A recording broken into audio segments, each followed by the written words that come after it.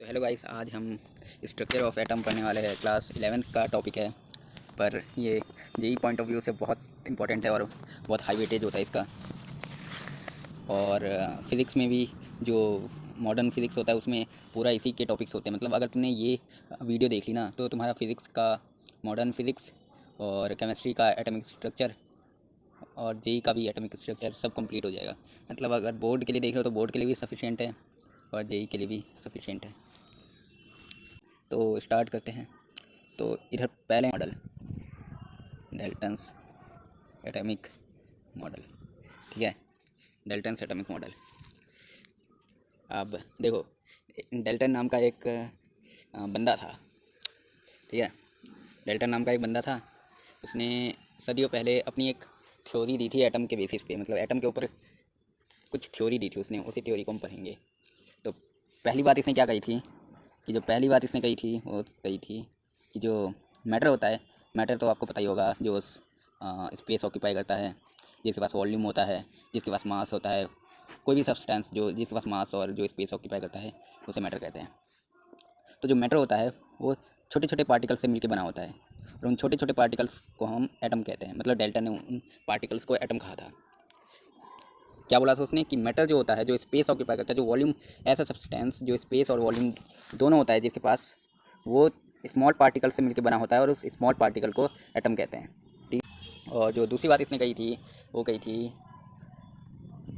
कि जो एटम होता है, मतलब सेम एलिमेंट के जितने भी एटम होते हैं ना, सेम एलिमेंट, जैसे एन मान लो, एन एक एलिमेंट है, उसके जितने, मतलब एन एलिमेंट है उसके क्या एटम होंगे। मतलब एन एलिमेंट के अंदर भी एन करके एटम्स होंगे। तो उन सब का मास सेम होगा और सेम उनकी प्रॉपर्टीज़ होगी, फिजिकल केमिकल सब सेम होगा, ठीक है। मतलब सेम एटम के सेम मास होता है, एटॉमिक मास, और सेम प्रॉपर्टीज़ होती है, आइडेंटिकल प्रॉपर्टीज़ होती है। तो सेकंड पॉइंट में आप ये लिख सकते हो कि all atoms of A given element, एक गिवन एलिमेंट का जो एटम, मतलब जितने भी एटम्स होते हैं उनका आइडेंटिकल मास होता है, आइडेंटिकल मास होता है और आइडेंटिकल प्रॉपर्टीज़ होती है, ठीक है। और जो नेक्स्ट चीज़ उसने कही थी, पहली तो दो समझ में आ गई होगी ना। पहली बात उसने क्या कही थी, जो मैटर होता है वो छोटे छोटे पार्टिकल से मिलकर बना होता है, उन पार्टिकल को एटम कहते हैं। सिंपल सी चीज़ है। और जो दूसरी चीज़ उसने कही थी कि all atoms of A given element have same identical, नहीं, सेम आइडेंटिकल नहीं आएगा, have identical properties and identical masses. मतलब देखो, एक एलिमेंट के जितने भी एटम होंगे, सारे एटम्स, एक एलिमेंट के सारे एटम का मास सेम होता है और सेम उनकी प्रॉपर्टीज़ होती है। सिंपल सी बात है। दूसरी बात जो उसने कही थी वो कही थी अलग अलग एटम का मास अलग होता है, ठीक है।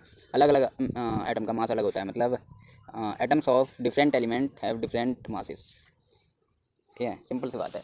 अलग अलग एटम का मास, अरे यार देखो, सेम एटम्स का मास सेम होगा, प्रॉपर्टी सेम होगी। अलग अलग मेटल का, अलग अलग एटम का मास डिफरेंट होगा, प्रॉपर्टीज डिफरेंट होगी। सिंपल सी चीज़ है यार। और जो चौथी चीज़ उसने कही थी, चौथी चीज़ उसने बोली थी कि कंपाउंड के बारे में उसने बोला था। चौथे पॉइंट में उसने कंपाउंड के बारे में बोला था। उसने बोला था कि कंपाउंड बनते हैं अलग अलग एटम से जब वो एक फिक्स्ड रेशियो में कंबाइन होते हैं। जैसे NaCl, NaCl है, ये Na एक अलग एटम है, ये Cl एक अलग एटम है। जब ये एक फिक्स रेशियो में कंबाइन होंगे, मतलब 1:1 में ये कंबाइन हुआ है, तो इसको कंपाउंड बोला जाता है। When different atoms combine in fixed ratio,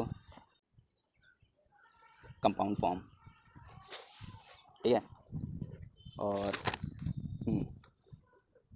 उसने जो पांचवी चीज़ बोली थी, उसने केमिकल रिएक्शन के बारे में बोला था। उसने बोला था कि केमिकल रिएक्शन में रीअरेंजमेंट ऑफ एटम होता है। मतलब एटम कहीं से प्रोड्यूस नहीं होते, ना ही क्रिएट होते हैं, ना डिस्ट्रॉय होते हैं, उनका बस रीअरेंजमेंट होता है। जैसे NaOH हो गया, NaOH प्लस HCl, इन दोनों को रिएक्ट करवाएंगे तो इनका रीअरेंजमेंट होगा। मतलब Na चला जाएगा Cl के पास, OH चला जाएगा H के पास, तो ये हो जाएगा H2O प्लस NaCl। मतलब रीअरेंजमेंट हुआ है इनका, ये कहीं से प्रोड्यूस या फिर क्रिएट होके नहीं बने, या कोई भी एटम इनमें से डिस्ट्रॉय भी नहीं हुआ है, इनका बस रीअरेंजमेंट हुआ है, ठीक है। तो ये था पूरा डेल्टन एटॉमिक थ्योरी। इसको मैं कंबाइन करके एक समरी फॉर्म में आपको रिवाइज करवा देता हूँ। क्या क्या हमने पढ़ा, तो चलो इसको समराइज़ किया जाए। देखो, पहली चीज़ क्या थी कि जो मैटर होता है वो छोटे छोटे पार्टिकल से मिलकर बना होता है, उनको एटम कहते हैं। मतलब जो छोटे छोटे पार्टिकल से मिलकर एटम बना होता है, उन छोटे छोटे पार्टिकल्स को, स्मॉल पार्टिकल्स को एटम कहा जाता है। दूसरी चीज़ क्या बोली थी कि सारे मतलब सेम एटम्स का मास सेम होता है और प्रॉपर्टीज सेम होती है। तीसरी चीज़ क्या बोली थी, अलग अलग एटम का मास अलग होता है और प्रॉपर्टीज भी अलग ही होंगी। चौथी चीज़ उसने क्या बोली थी, when compound are formed when different atoms combine in specific ratio या फिर फिक्स रेशियो। पांचवी चीज़ उसने क्या बोली थी कि केमिकल रिएक्शंस में क्या होता है, रीअरेंजमेंट ऑफ एटम होता है, और इसमें एटम ना क्रिएट होते हैं ना डिस्ट्रॉय होते हैं, बस रीअरेंज होते हैं। ठीक है, तो लिख देते हैं। पहली चीज़ क्या बोली थी उसने कि जो मैटर होता है वो made up of small particles. हम पार्टिकल्स को क्या कहते हैं, एटम कहते हैं। ठीक है, दूसरी चीज़ क्या बोली थी, क्या बोला था भाई कि सेम एटम्स, ऑल एटम्स भी कह सकते हो, all atoms of given element, या फिर same atoms have same atoms have identicals masses and properties. ठीक है, तीसरी चीज़ क्या बोली थी, different atoms have different masses, different atoms different masses and जो सही से।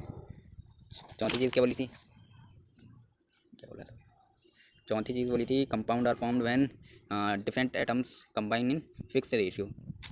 पांचवी चीज़ क्या बोली थी, chemical reaction involve rearrangement of atoms, rearrangement of atoms. हाँ, तो ये था डेल्टन एटॉमिक थ्योरी।